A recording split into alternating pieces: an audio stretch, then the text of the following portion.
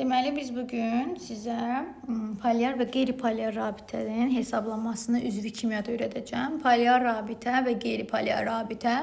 Polyar rabitə üzvi kimyada CH arasında. Ümumiyyətlə, polyar rabitə demişik ki, iki müxtəlif element arasında olan rabitədir. Ona görə də CH arasında rast gələ bilərsiniz. C oksigen arasında rast gələ bilərsiniz. CN arasında rast gələ bilərsiniz. Və yaxud NH arasında rast gəldiyiniz rabitələr hamısı polyar rabitədir. Çünki iki müxtəlif elementin birləşməsidir.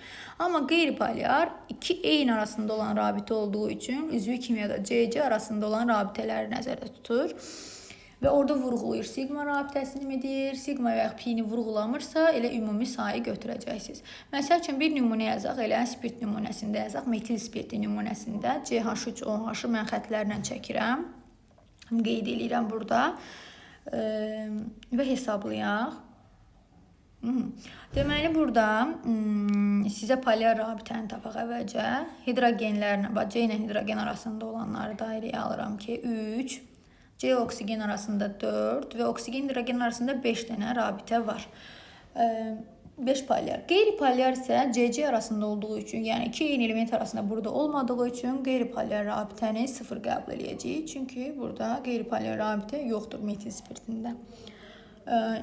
Digər nümunə əsasında da yazaq. Digər nümunədə etil spirti. Mən bunu açıq şəkildə yazdım, qapalı şəkildə də yazıram.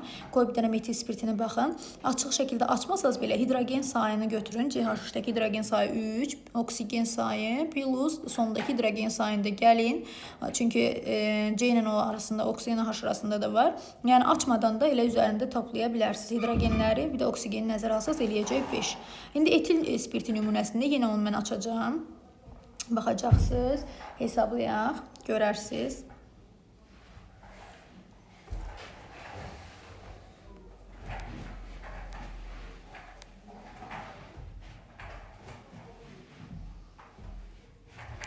Etil spirtini yazıram. Etil spirtini hidrogenlərini qeyd elədik. Yenə dediyim kimi etil spirtində yenə polyar rabitə CH arasında olan 1, 2, 3, 4, 5, 6, 7. 7 ədəd polyar rabitə var.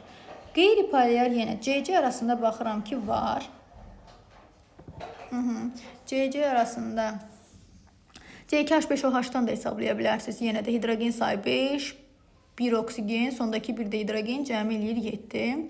Arasındakı rabitə sayından da hesablamaq olar. Qeyri-polyar CC arasında bir dənə xət olduğu üçün bu zaman bir dənə qeyri-polyar rabitəmiz var deməkdir. Və yaxud da ki, biz spirtlərdə CnH2 plus 1 OH düsturunda hidrogenin sayını, yəni 2n plus 1, bir də sondakı hidrogeni də nəzərə alsam, 2n plus 2, bir də oksigen sayının üzərinə gəlsəm, 2n plus 1 plus 1 plus 1, yəni 2n plus 3 şəklində də polyar rabitənin düsturunu yazmaq olar.